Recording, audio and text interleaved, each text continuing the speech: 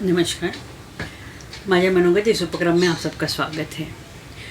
हम पुराणाम सर्वशास्त्राणाम इस शीर्षक के अंतर्गत पुराणों की चर्चा कर रहे हैं।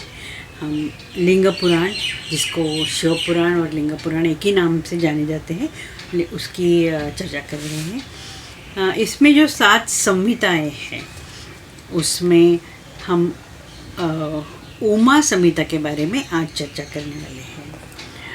नाम से ही जाहिर है कि ये पार्वती, उमा पार्वती शिव जी की जो शक्ति है, आदि शक्ति है, उसके बारे में ये संहिता है। उमा पार्वती इन्होंने किस तरह से अलग अलग रूपों में असुरों का, राक्षसों का विनाश किया और उनका किस तरह से उनका तेज उनको मिला, इस बारे में इस संहिता में चर्चा की है। लेकिन उससे भी पहले बहुत ही थोड़ा सा ये अलग विषय लेके इसकी उमा संहिता के इस संहिता की शुरुआत होती है। इसका प्रारंभ होता है जो अलग अलग नरक है। हम हमेशा स्वर्ग और नरक के बारे में बात करते हैं। वो अलग अलग प्रकार के नरक है। वो नरक में आदमी किस तरह से नरक में यमदूत उसको किस तरह से लेके जाते हैं, इस तरह से थोड़ा सा एक भयावह ऐसे वर्णन किया है। तो इसको हम देखेंगे। उमा संहिता की जो चर्चा है वो शुरू ही इस तरह से होती है कि जो पाप कर्म होते हैं, यहाँ ये दिया है कि पाप कर्म जो है वो 3 प्रकार से होते हैं।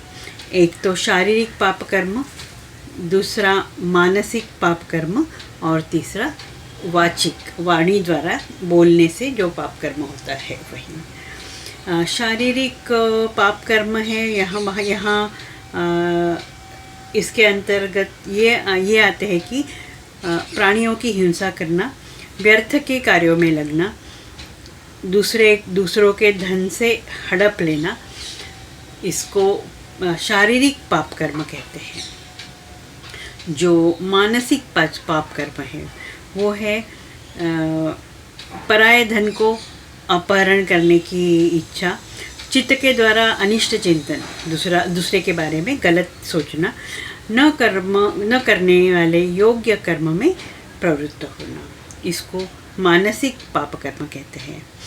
अभी जो वाचिक पाप कर्म है वो है असंगत प्रलाप, मतलब बेसिर पैर की बातें करना, असत्य भाषण, अप्रिय बोलना, पीठ पीछे चुगली करना, ये वाचिक पाप कर्म बोले जाते हैं। और ये पाप कर्म करने वाले जो लोग हैं वो नरक में जाते हैं। ये उमा संहिता में कहा है। अभी ये जो 12 प्रकार के जो पाप कर्म दिए हैं, मानसिक, वाचिक और शारीरिक, ये चारों 5 ये जो 3 प्रकार के पाप कर्म हम देखते हैं कि हमारे जीवन में या हमारे आसपास के जीवन में, हमारे मनुष्य जीवन में ये पाप कर्म होते हैं। जानबूझ के या अनजाने में भी ये पाप कर्म होते हैं। और ये पाप कर्म होने से किस तरह से हमको नरक में जाके किस तरह से किस यातना होती है, इसके बारे में उमा संहिता में बताया गया है। अभी उमा संहिता में जो नरक का जो वर्णन किया है, बहुत ही भयावह ये वर्णन है। इसमें कितने नरक है, क्या पाप करने से कौन से नरक में जाते हैं, इसके बारे में बताया गया है। एक सोलेस की ये भी बात है कि यहाँ ये पाप कर्म और नरक, इसको यदि बचना है तो उसका उपाय भी उमा संहिता में ही बताया गया है। यहाँ अलग अलग नरक का जो वर्णन किया है, अलग अलग नरक के नाम दिए हैं रादर, तो वो हम नरक के नाम नाम देखेंगे तो वही इतने इतने डरावने हैं कि हम नेचुरली पाप करने से नहीं करेंगे। तो पहला जो नरक है वो रौरव नरक कहा जाता है। झूठ बोलने से इस नरक में जाना पड़ता है। उसके बाद में महारौरव नाम का दूसरा नरक है। जो मनुष्य दूसरों को मानसिक रूप से तंग करता है, सताता है या यातना देता है, वह इस महारौरव नरक में जाता है। उसके बाद में तप्त कुंभ नामक नरक है। उसमें विश्वासघाती चोरी करने वाला तप्त कुंभ नामक नरक में जाता है। उसके बाद में जो है तप्त लोह नामक नरक है। तो इस नरक में जो स्त्रियों को बेचने वाले और लोगों को धन से जो फंसाते हैं वो लोग इस तप्त लोह नामक नरक में जाते हैं। उसके बाद में जो लवण नाम का नरक है, जहाँ गुरुजनों का अपमान करते हैं, निंदा करते हैं, वो लवण नाम के नरक में जाते हैं। उसके बाद में विलोहित नाम का नरक है। जो चोर है वो विलोहित नाम के नरक में जाते हैं। उसके बाद में कृमिभक्ष नाम का नरक है। ये जो अलग अलग नाम है शायद हमने कभी सुने ही नहीं हैं। ये उमा संहिता में शिवलिंग पुराण में दिए हैं। तो वो ये जब हम सुनते हैं तो एक नई चीज़ पता चलती है ऐसे। तो हम नरक में जाएंगे। कृषिभक्ष नामक नरक में जो पड़ता है, जो अपने पितृगण का, अपने जो बड़े हैं, अपने से बड़े हैं, उनका द्वेष करता है, वो कृमिभक्ष नाम के नरक में जाता है। कृमिश नाम का नरक है, जहाँ जो हिंसा करता है वो कृमिश नाम के नरक में जाता है। उसके बाद में लाला भक्ष नाम का नरक। ये नरक में जो अतिथियों का अपमान करता है वो लाला भक्ष नाम के नरक में गिरता है। उसके बाद में ये एक पूयवह नाम का नरक है। उसका नाम, दूसरा नाम है रुधिरौद्ध, ये भी नाम है उसका। जो असत दान करता है, दान करते वक्त जो वो गलत प्रकार का दान करता है, उसको अभक्ष दान करता है, वो पुयवह नरक में गिरता है। एक उसके बाद में जो वैतरणी नाम का नरक है, जो यज्ञ होने नहीं देते, यज्ञ को भंग करता है, वो वैतरणी एक नदी भी है, उसमें गिरता है। उसके बाद में अपवित्र आचार करता है, वो कृत्य नाम के नरक में जाता है। वृक्षों को काटता है, देखिए जो अकारण ही वृक्षों को काटता है वह असीपत्रवन नाम के नरक में जाता है। पशुओं को जो हिंसा करता है वह वह्निज्वाल नाम के नरक में गिरता है। आगे जो अपने जो रिलेटिव्स है उनको जो मदद नहीं करता वो संदंश नाम के नरक में जाता है। जो विद्या का ब्राह्मण होके विद्या का दान नहीं करता वो स्वभोजन नाम के नरक में जाता है। इस तरह से अलग अलग नरक जो है, अलग अलग नरक, और अलग अलग नरकों में कौन क्या कर्म करने से नरक में जाता है उसके बारे में बताया गया है। यहाँ उमा संहिता में बहुत ही विस्तार से बताया है। जो हमने जो देखा है वो उसका थोड़ा सा ही पार्ट है। अभी नरक में जाने के मार्ग, जो काम करता है वो नरक में जाता है, ये बताया है। लेकिन ये नरक से बचने के लिए क्या करने से नरक ये नरक से बच सकते हैं, ये भी यहाँ बताया गया है। जो रोज शिव शंभु और उमा दोनों की प्रार्थना करता है, पूजा करता है, उनके नाम पे सुवर्ण रत्न धन इनका दान करता है, वो नरक में जाने से बचते हैं। गुरुजनों की सेवा करते हैं, जो श्रेष्ठ कर्म करते हैं, अपने स्त्री और अपने पुत्रों की अच्छी तरह से देखभाल करते हैं, वो लोग इस नरक में जाने से बचते हैं। अन्नदान करते हैं या अतिथियों को अन्नदान करते हैं, अतिथियों का सत्कार करते हैं, वो नरक में जाने से बचते हैं। ये सब यहाँ बताया गया है। और सबसे मेन बात यहाँ ये बताई गई है कि जो सत्य को मानता है, सत्यवादी पुरुष, वो कभी भी नरक के दरवाजे तक भी नहीं पहुँचता। और यहाँ सनत कुमार और व्यास जी का एक इनका संवाद है।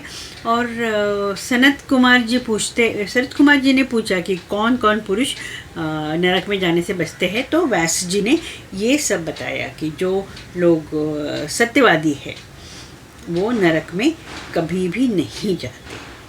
और यहाँ व्यास जी बहुत ही एक सुंदर व्यास जी का स्तोत्र है, बहुत काफ़ी बड़ा स्तोत्र है। तो यहाँ उसमें सत्य का जो महिमा है वो बताई गई है। बहुत बड़ा स्तोत्र है। इसके सिर्फ हम 4 पंक्तियाँ देखेंगे तो पता चलेगा, हम समझ सकते हैं कि सत्य की कितनी सारी सत्य का महत्व है। ये व्यास जी ने बताया हुआ, व्यास जी ने गाया हुआ ये एक स्तोत्र है। सत्यमेव परम ब्रह्म, सत्यमेव परम तपः, सत्यमेव परो यज्ञ, सत्यमेव परम श्रुतं, सत्यं सुप्तेषु जागर्ति, सत्यं च परमपदं, सत्येनैव धृता पृथ्वी, सत्ये सर्वप्रतिष्ठितम्। अर्थात सत्य ही परब्रह्म है, सत्य ही परम तप है, सत्य ही श्रेष्ठ यज्ञ है, सत्य ही उत्कृष्ट शास्त्र ज्ञान है। सोए हुए पुरुष में सत्य ही जागता है, सत्य ही परम पद है, सत्य के ऊपर ही पृथ्वी टिकी हुई है और सत्य में सब कुछ प्रतिष्ठित है। सत्य को जो पुरुष अपनाता है वो नरक में जाने से बचता है। अब इतना सुंदर सत्य का जो वर्णन किया है वो, हाँ, कहने को तो अभी हम कहते कि सत्य को जो सच है, सच बोलना चाहिए, सच का आचरण करना चाहिए।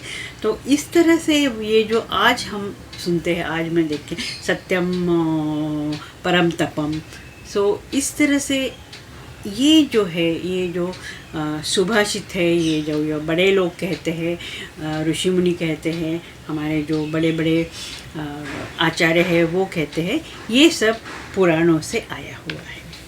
तो हम इतना मतलब ये भी सोचे कि हमें यदि नरक किसी ने देखा नहीं, स्वर्ग भी किसी ने देखा नहीं है, लेकिन यदि सत्य को पकड़ के रखे तो हम एटलीस्ट वो कथित जो नरक है, जो हमने उसके बारे में, हमको पता नहीं कैसा है लेकिन सिर्फ सुना है, तो उससे बच सकते हैं।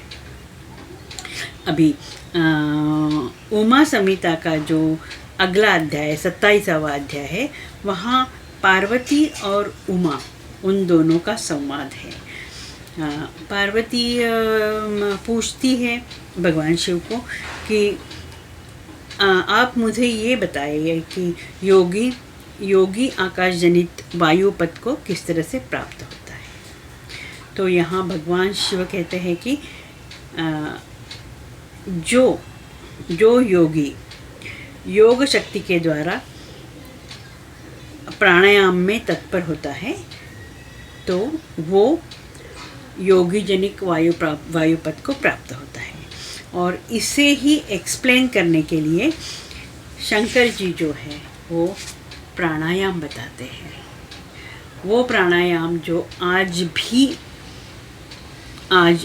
भी मतलब आज लोग करते हैं प्राणायाम और आसन। इसका तो अभी बहुत सारा मतलब बहुत लोग इसको करते हैं वो, और बहुत ही अच्छी बात है ये कि इसको सब लोग मानने लगे हैं।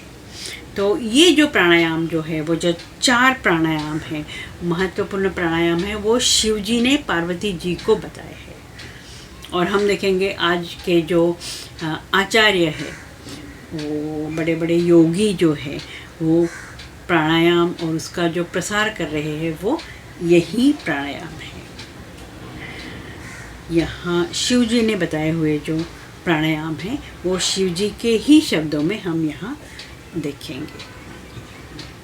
शिव जी कहते हैं कि योगी को प्राणायाम का अभ्यास करना चाहिए। जैसे लोहार मुख से धोकनी को फूंक फूंक कर उस वायु के द्वारा अपने सब कार्य को सिद्ध करता है, वैसे ही योगी ने वैसे ही करना चाहिए।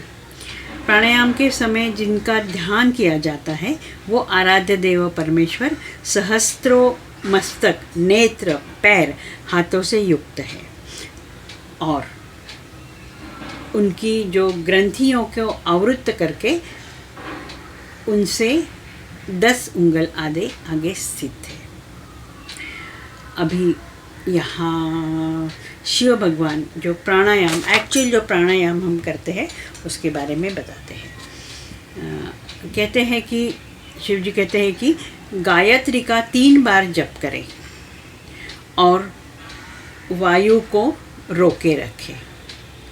प्राणों के इस आयाम का नाम प्राणायाम है। बहुत ही सिंपल जो हम गायत्री का जप करते हैं वो गायत्री का जप करने को शिव जी यहाँ प्राणायाम बोलते हैं। अभी जो ये तो पहले प्रकार का प्राणायाम हो गया, बहुत ही सिंपल है जो आजकल सारे जो ऋषि योगी जो है वो सिखाते हैं। दूसरा प्राणायाम भी बहुत ही सिंपल यहाँ बताया गया है। योगी हाथ की उंगलियों को यत्नपूर्वक दोनों नेत्रों को कुछ दबाए रखता है और उनके तारों को देखता हुआ एकाग्र चित्त से आधे मुहूर्त तक उन्हीं का चिंतन करता है। वो योगी वायु को, प्राण को जीतता है। यहाँ योगी ईश्वरीय ज्योति को देख सकता है।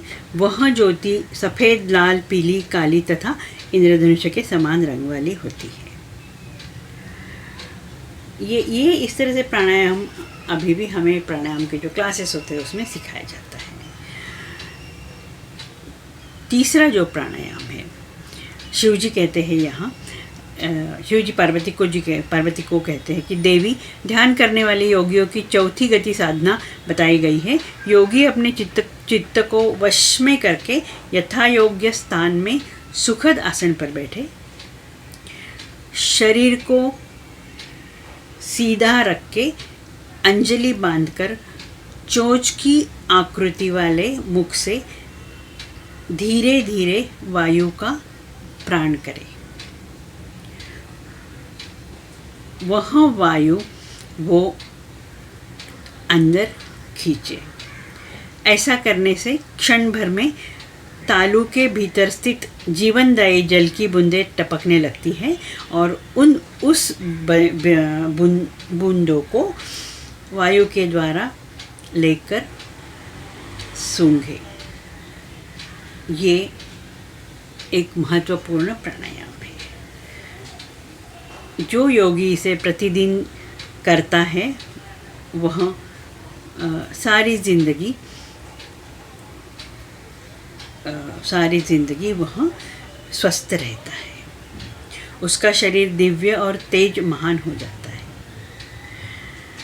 अब जो चौथे प्रकार का प्राणायाम है वो शिवजी कहते हैं वरानने, पार्वती को बोलते हैं। अब सब शरीर के व्याधि को विजय पाने वाला एक प्राणायाम की विधि मैं बता रहा हूँ, जिसे देवताओं ने भी प्रयत्नपूर्वक छिपा रखा है, उसे तुम सुनो। योगी पुरुष अपने जिह्वा को मोड़कर तालू में लगाने का यत्न करें। कुछ काल तक ऐसा करने से वह जिह्वा उसके तालू को स्पर्श करेगी, और जो योगी इस तरह से प्राणायाम करता है वह स्वस्थ जीवन जी सकता है। अभी ये जो प्राणायाम के शिवजी ने जो बताया है, यही थोड़ा सा या तो आगे या पीछे करके हम देखते हैं कि यही आज हम सिखाते हैं, हम करते भी हैं। तो ये जो हम आज जो प्राणायाम करते हैं, आज जो प्राणायाम हम कर रहे हैं, यह शिवजी ने बताए हुए। और यदि ये ध्यान रखें हम प्राणायाम और योगासन करेंगे तो हमको लाभ ज़रूर होगा। थोड़ा सा भयावह प्रकार का ये उमा समिता का आज का जो एपिसोड था वो था, बट जो शिव पुराण में, लिंग पुराण में यही जो बताया है वह मैं थोड़ा सा हल्का या थोड़ा सा बहुत कठिन न करते हुए बताने का आपको ट्राई कर रही हूँ। आगे जो पार्वती है, जो उमा जो है शिव की आदि शक्ति, और उनके जो अलग अलग रूप है और उनको किस तरह से तेज प्राप्त हुआ और किस तरह से उन्होंने अलग अलग राक्षसों का वध किया, और उसका कारण जो है, ये सब हम अगले क्लास में देखेंगे। आज हम यहीं रुकते हैं। नमस्कार।